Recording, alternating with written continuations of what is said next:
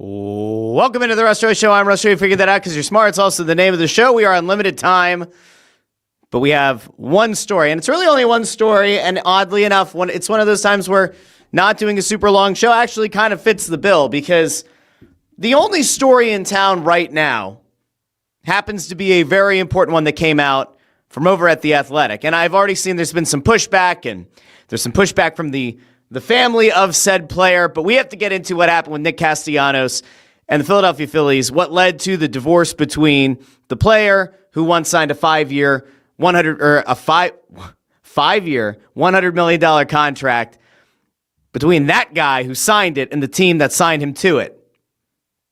Total disaster class. And there are so many ways to look at it, but what we're going to do here on the show today is kind of parse through what happened, why it happened, who's actually to blame. Because believe it or not, I don't think it's as linear, and I don't think it's quite as clear as the story that came out made it sound. I think that there are some legitimate gripes to have with the player. I would argue that there are legitimate gripes to have with the organization as well. We're going to get into that in a little bit.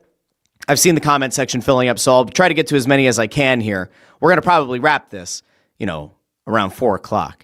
So we'll see how this goes. It'll be a short show today. Now, the Phillies let go of, cut, waived, whatever, Nick Castellanos. This was one of the least shocking developments to happen in a very long time.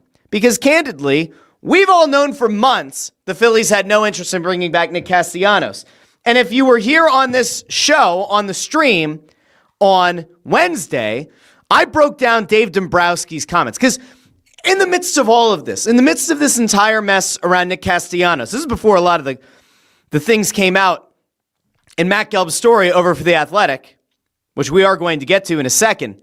I said on Wednesday, it is a total disaster class by a front office to let it be known for months on end, if not a full calendar year, that your team actively wants to move on from a player. It gets rid of so much of the potential value of that player on the market. Now listen, there are a couple of ways to look at this. I'm going to make a cross-sport comparison. If you remember, there was a time that I would decry the decisions that John Tortorella was making in some of his player personnel decisions, where it was like, all right, you don't like Morgan Frost, you don't like Joel Farabee. If you don't play them, it is actively going to hurt their trade value on the open market. It just will. And I had people who would come back, including people who cover the team, were like, it doesn't really matter. And then I talked to a front office executive and said, hey, if your head coach were sitting players that you're actively trying to trade, does that help or hurt the value? They said it hurts the value. It has to. Because then the other front offices ask, why is the coach not playing the players? What are we not seeing? What are we missing?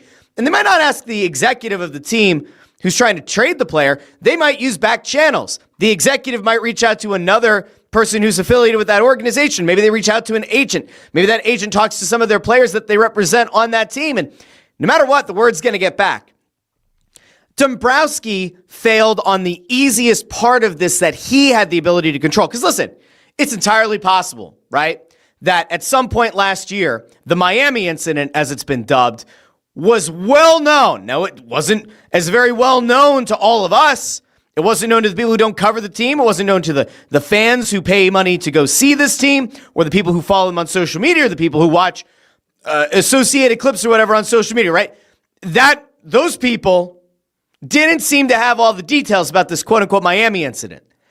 But I'll tell you what, there's a non-zero chance that incident got back to other players, obviously, and that those players may or may not have told some of their agents and or family members and or other players on other teams in the midst of, what happened with Castellanos? Why isn't he playing?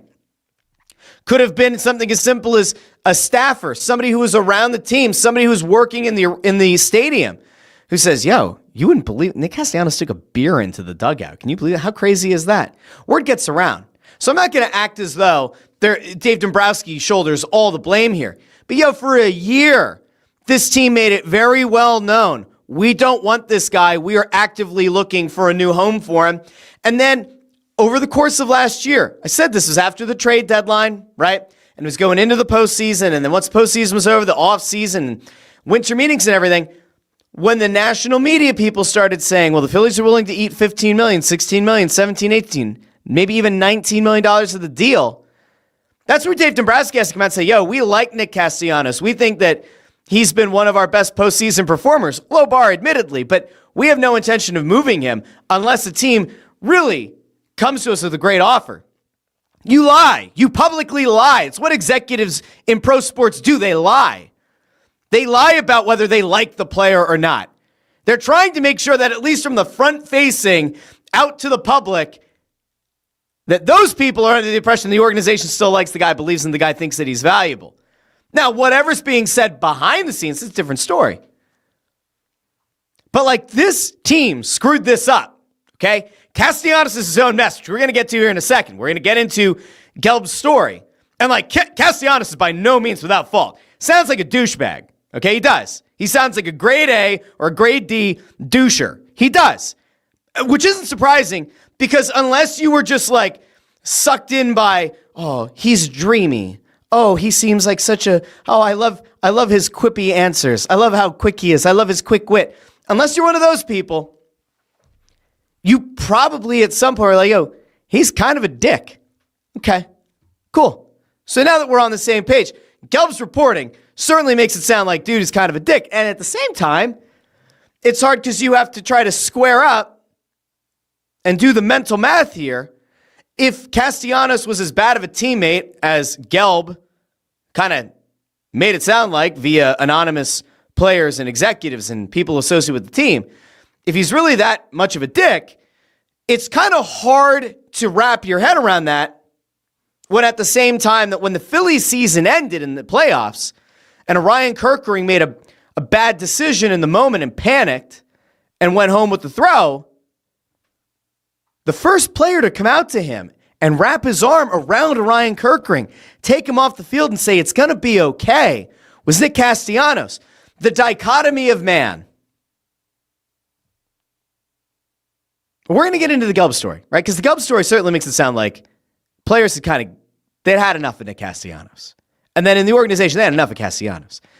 But man, it is hard because like you do look at some of the anecdotal stuff and like, here's where I've landed. We're going to get to the Gelb thing. Here's where I've landed. Nick Castellanos probably didn't actually want to be a Philadelphia Philly. That comes out in the reporting.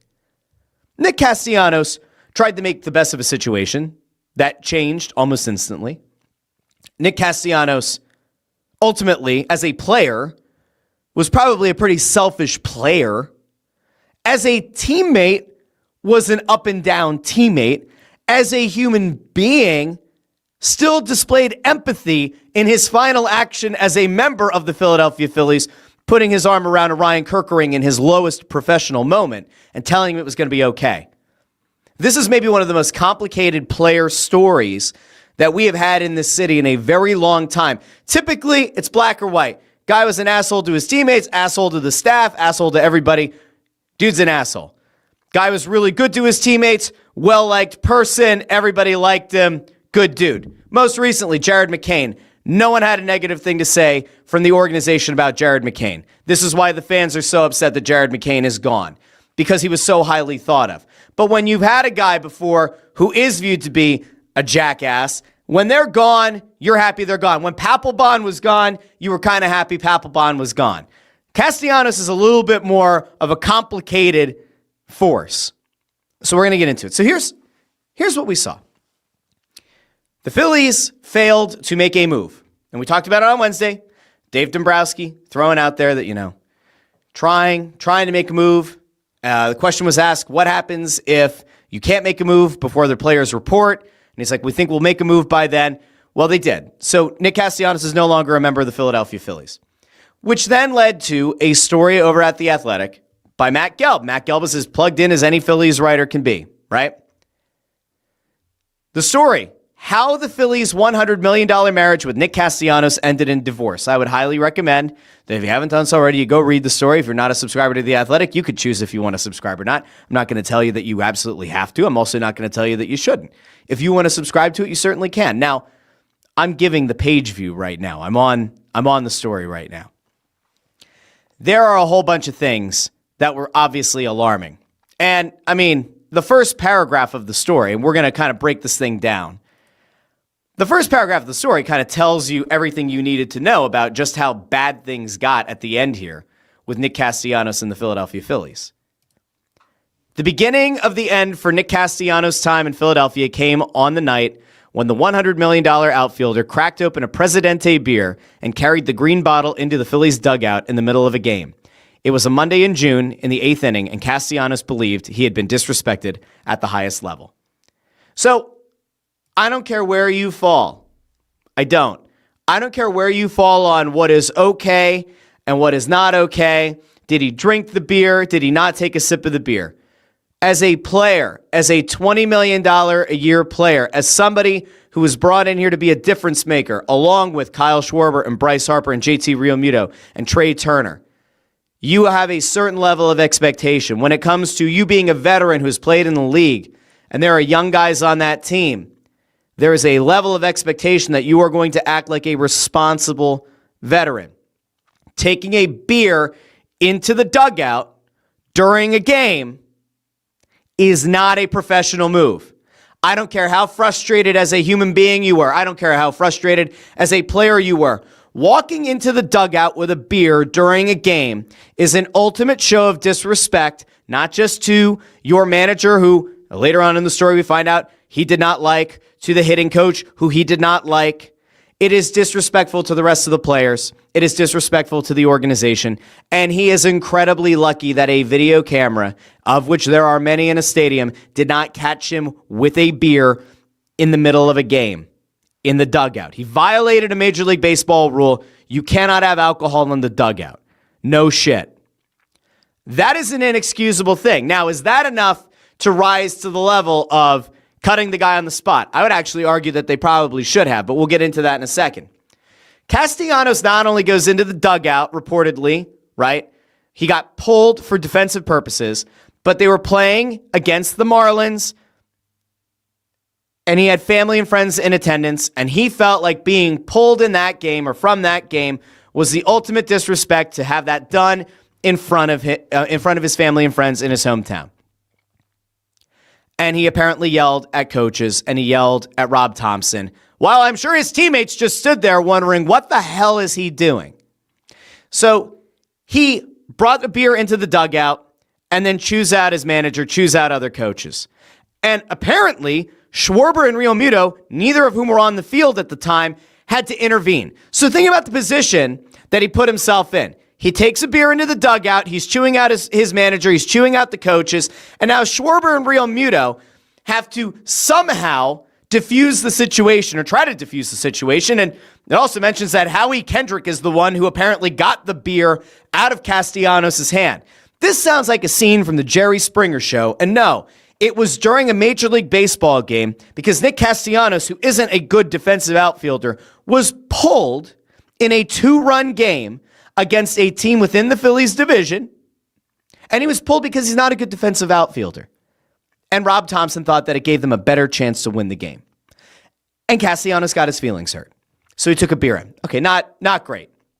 Not great. Now, Gelb's report also says that before this even happened, there were players that had already kind of soured on Castellanos. Now, was it specifically because he was pretty much a replacement level player? Is it because he was one of the worst outfielders in Major League Baseball for a time in his final season with the Phillies? Maybe. But could it also have just been that his teammates felt like this guy is a lot to deal with and isn't exactly delivering in the way that we need him to? Maybe. I think the second that you take a beer into the dugout, you've lost the plot. I do. I know that some people might think that it's an overrating of the situation, it's blowing it out of proportion. I think that when you reach that point in your mind where that is an acceptable thing to do, you clearly have no respect for the coaching staff, and I think that you disrespect the organization at that point and your teammates. Now, among all these other things that came up, one of the Phillies' anonymous players was quoted as saying, quote, "You can't disrespect the manager and talk to him the way he did.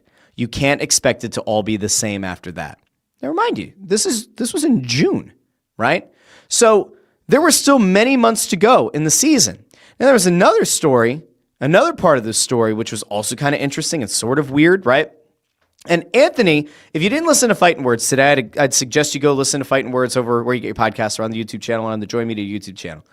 But Anthony Sanfilippo kind of floated this idea because there was a thing about how Castellanos' son apparently was in the clubhouse before games. And Anthony kind of revealed that that's not the only kid. That's not the only player's kid who had been in the clubhouse at some point. Does that mean before games? Does that mean after games? Whatever.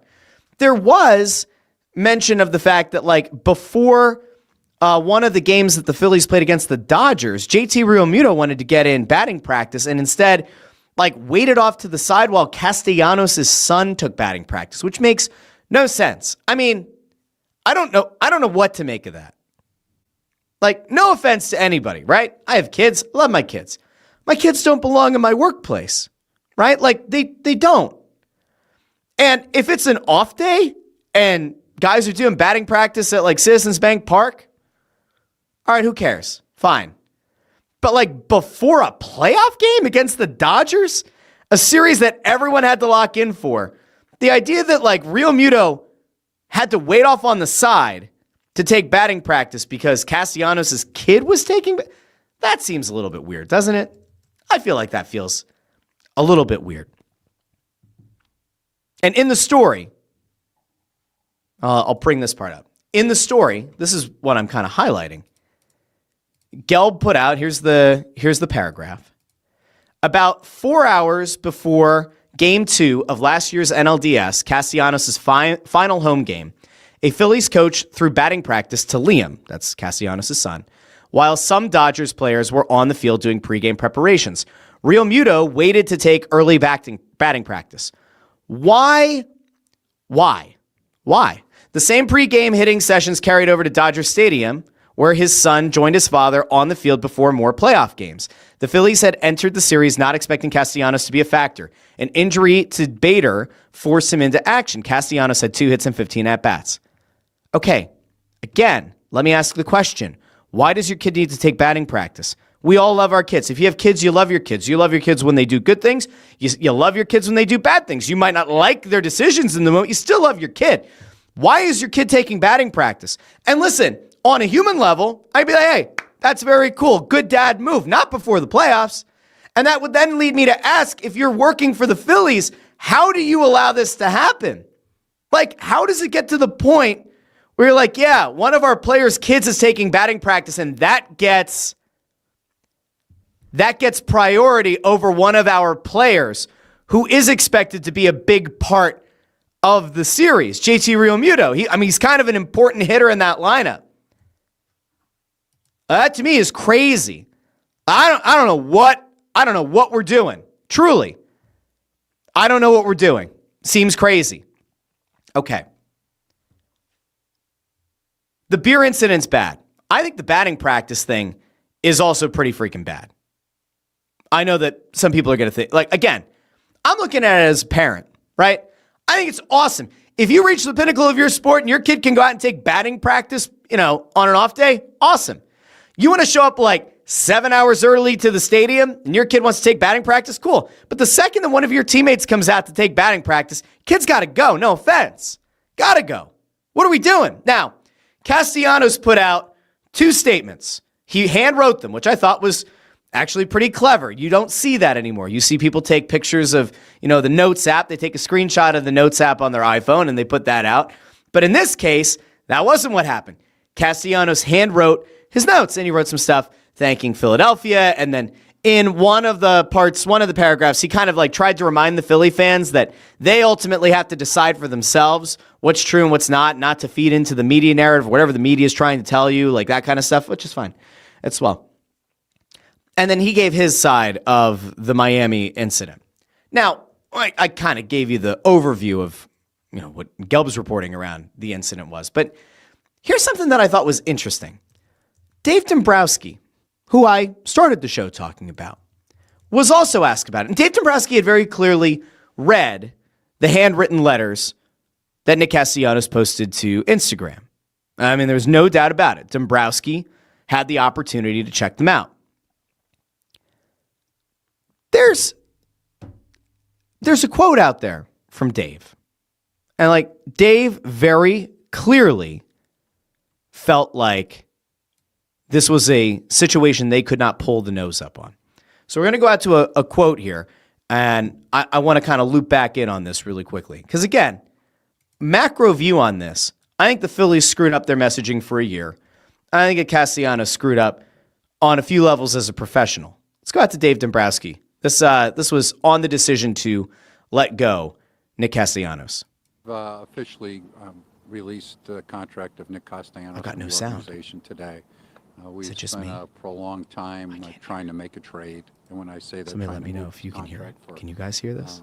Minimum return from a dollar perspective and player perspective, but just hasn't worked out. And at some point, you just have to say, well, this isn't going to work. We have felt that we need to get a change of scenery for Nick, and wish him nothing but the best. He did a lot of good things for our organization. He was here for 4 years. We won every year he was here. Got a lot of big hits for us and a lot of big hits in the postseason. So wish him nothing but the best, except, of course, when he's playing the Phillies. And, yeah, so that was the news for today. I don't know that there's one specific. I know that a lot's being said about this incident in Miami. I don't think it's necessarily one incident. I think you just sometimes are in a situation when you're around day in and day out. You just, things just don't work at a particular time. This isn't the first time. I mean, I think normally what ends up happening, Nick's been a very good player. He's had a nice career. And he probably will continue to do things very well. But a lot of times when a good player has their role change with the club, it can cause some friction.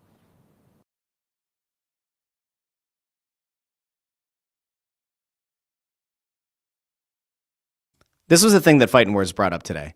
It's that Castellanos expected, I guess, to play left field and then some days DH. Once Harper got hurt, he got thrust into being a right fielder. He wasn't a right fielder, and that might have been the thing that really threw him for a loop. We'll continue. And his role changed last year from where it was. And then, of course, last year, he really did become like a platoon player. Castellanos found himself out of the lineup a lot more than he expected. I mean, he played every single day for a lot of years in a row. And so sometimes that can contribute to it. Sometimes then people have debates between themselves where they're not all on the same page. But when you put all that together, sometimes you just need to make sure that you have a change of scenery. So it all comes down to change of scenery in the mind of Dave Dombrowski. Here's the issue that I have, right? He's out there once again saying that he thought what they were asking for in terms of a financials, right? Maybe a team pays $1 million, maybe they give a prospect, that it just wasn't going to work, and he felt like there needed to be a change of scenery, and all that's fair. But the thing that I thought was really weird is the Miami thing. And because I couldn't hear it, I don't actually know for a fact if he addressed it in this clip or not. So I don't think he did.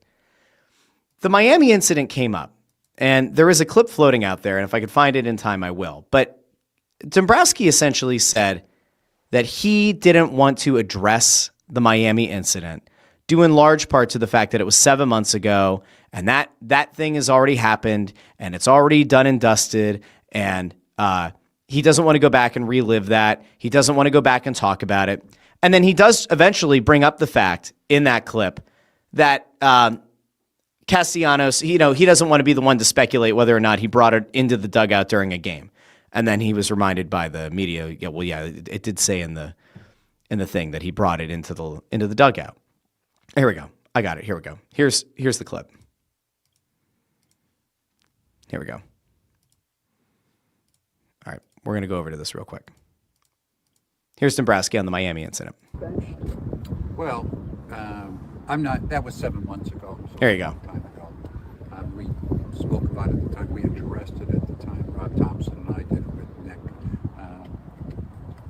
I was surprised. I mean, I was there at the game, and I watched everything from where I was sitting, and I was surprised that a lot of people didn't see what was taking place. That's why I said they're lucky that the cameras didn't catch this. I watched what took place. Of course, was advised. Now I'm not in the dugout, so I wasn't 100% sure of every step of the way. But that contributed, by all means, why he was suspended for that game or taken out of the lineup for that game, bench for the game. Interesting that he caught himself saying suspended, but then taken out of the lineup for a game. It was a situation that wasn't the final or determining factor, because if that was, we would have done that at that particular time. So. So there were other incidents of some variety that they had also taken note of. Just for the record, though, because he put out a statement, was that during the game or was that after the game when he brought a beer and sat next to Rob? Well, I'm going to let others speak to that. I think that was. You're the president. You should be answering that. Put it out. Well, I'm sure if what he wrote, then you probably would need to ask him about that. But it was a long time ago. But when if that's what he said that he brought in the dugout during the game, then I would say that would be accurate. Well, no, I don't. Well, so specify it was during the game. So there you go. Didn't you sure? I thought it said it was during the game. Okay. So whether Dave wanted to say it or not, he confirmed that it was during the game.